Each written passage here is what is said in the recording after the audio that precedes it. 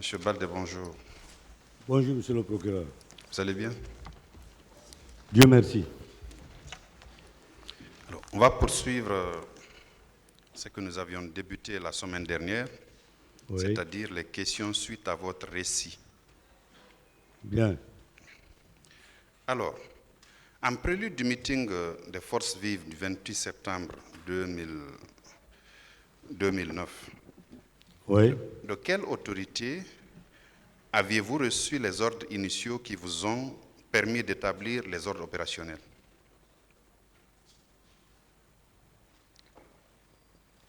Monsieur le procureur, comme je l'ai expliqué ici, le 27, nous avons reçu des ordres que nous-mêmes nous avons transformés à notre niveau en ordre.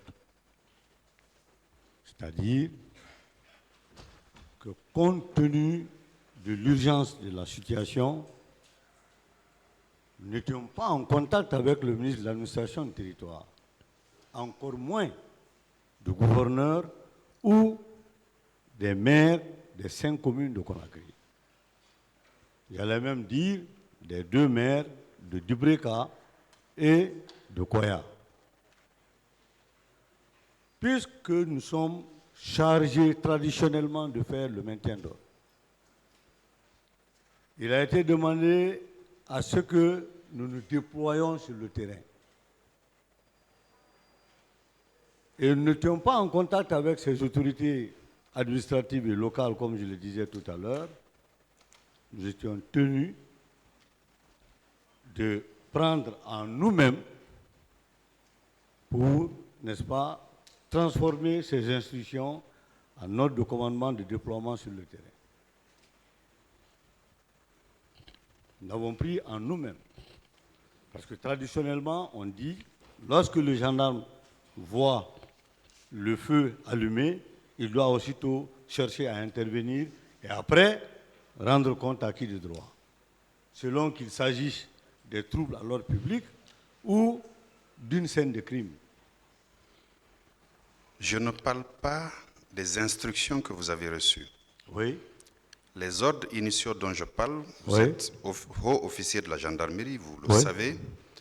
Ce sont des documents généralement qu'on établit, qui ont des incidences financières parfois, parce que ce sont ces ordres initiaux qu'on envoie au ministère des Finances pour décaisser l'argent, pour permettre la planification, enfin pour permettre la prise en charge en carburant et tout ce qui s'ensuit.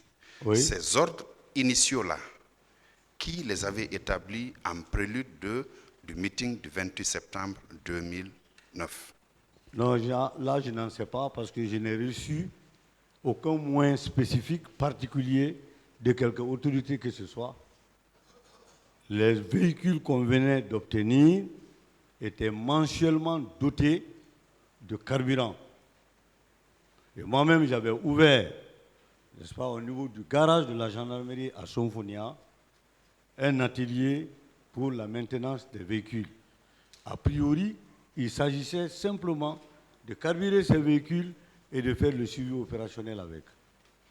Mais il n'y a pas eu spécifiquement des moyens déployés qu'on a mis à notre disposition pour pouvoir faire cette mission. Vous voulez faire comprendre au tribunal que les ordres opérationnels que vous avez établis étaient basés uniquement sur les instructions que vous avez reçues, c'est ça? Non, premièrement, comme je vous l'ai dit, c'est une mission traditionnelle. Pendant que je suis là en tant qu'officier de gendarmerie, je sors d'ici, je vois que des pneus sont brûlés, je dois aussi tout signaler. On ne peut pas attendre que le maire appelle, machin, pour venir chercher à éteindre le feu, monsieur le procureur. Donc, ça, c'est standard. Maintenant, deuxièmement, puisque l'état-major de la gendarmerie relevait du chef d'état-major général des armées, il a dit, gendarmerie, police, vous faites le maintien de l'ordre et les autres unités, vous demeurez casernés. C'est en cela que nous nous sommes sentis responsables de mettre en œuvre des actions opérationnelles tendant à dissiper la situation qui pointait déjà à l'horizon. Vous l'aviez fait sur moyens propres ou bien vous avez reçu des moyens de l'État pour permettre à planifier les différentes unités que vous avez mises en place? Ce jour, exceptionnellement, n'ont pas reçu de moyens propres. Très bien. Moi, personnellement, pas de moyens propres. On a utilisé, comme je vous l'ai dit, les moyens qui font fonctionner la gendarmerie. Nous avons un officier chargé du carburant au quotidien. Chaque jour, c'est lui qui débourse pour les unités opérationnelles. Alors, le maintien de l'ordre et le rétablissement de l'ordre sont de manière classique des fonctions qui sont dévolues à la police et à la gendarmerie nationale. Oui, monsieur le procureur.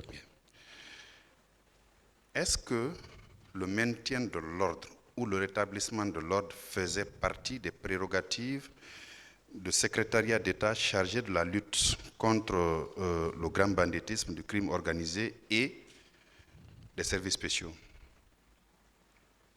Bon, je ne vais pas vous répondre à cette question. C'est un département ministériel au sein d'un gouvernement de la République.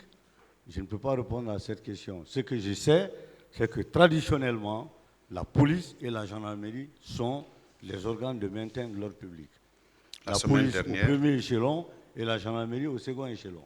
La semaine dernière, vous aviez dit que le service anti-drogue ne relevait pas de votre autorité. Oui, Ma question cette fois-ci est de savoir Oui. si ce service-là est bien habilité pour le maintien ou le rétablissement de l'ordre. de façon générale, non. Généralement. C'est-à-dire un département ministériel pour le maintien de l'ordre public, non. Voilà. Alors, comme tel, Oui. est-ce que la présence de M. Moussa Tchebro Kamara et des hommes qui l'accompagnaient se justifiait au stade du 28 septembre, ce même 28 septembre 2009? Est-ce que sa présence, lui et ses hommes, se justifiaient là? Non, monsieur le procureur, je ne peux pas vous donner une réponse a priori par rapport à ça. Soyez logique, M. Je Baldé. suis très logique.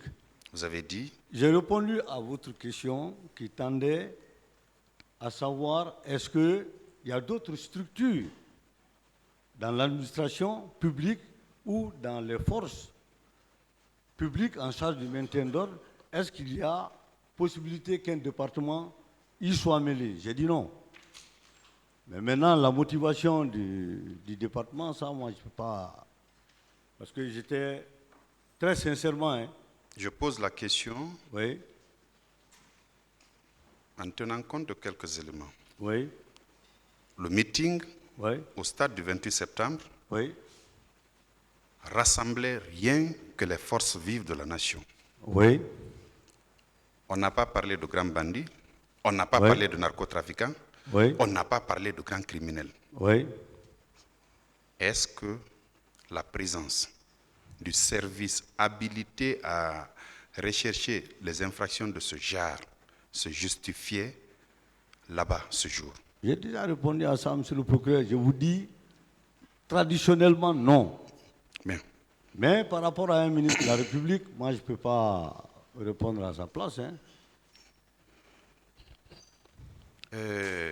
Il y a un accusé dans le box, M. Mamadou Aliou Keita, qui est gendarme. Vous le connaissez? Oui, je connais Mamadou Keita. Il a été un de mes gardes-corps, monsieur le procureur. D'accord. Qu'est-ce que vous connaissez de lui? En 2 mots. Monsieur le président, c'est décidément, je vais donner des appréciations à tout le monde ici. Vous n'êtes pas tenu. C'était juste Vous n'êtes pas tenu. Si c'est- Moi, pour moi, c'était un garde-corps. Bien. Après, qui s'est retrouvé à l'escadron numéro 1 comme étant, je crois, FLG ou quelque chose comme ça. D'accord. Il était trop bas par rapport à moi. Une dernière question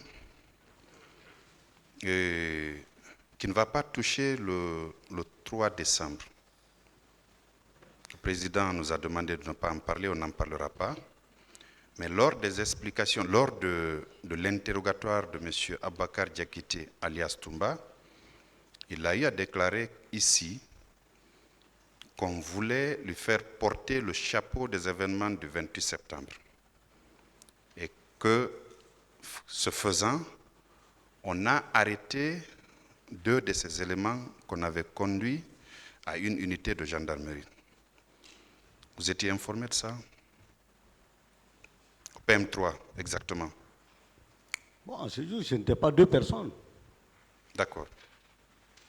Mais je ne peux pas donner plus de détails parce que c'est une procédure qui est déjà ouverte. Moi-même, j'ai été, Monsieur le Président, j'ai été entendu par un doyen des juges à Mafanko. Je crois que c'était le doyen des juges Yansané.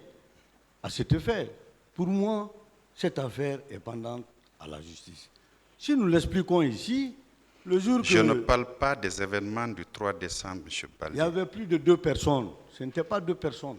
D'accord. Monsieur le Président, j'en ai fini. Je vous remercie.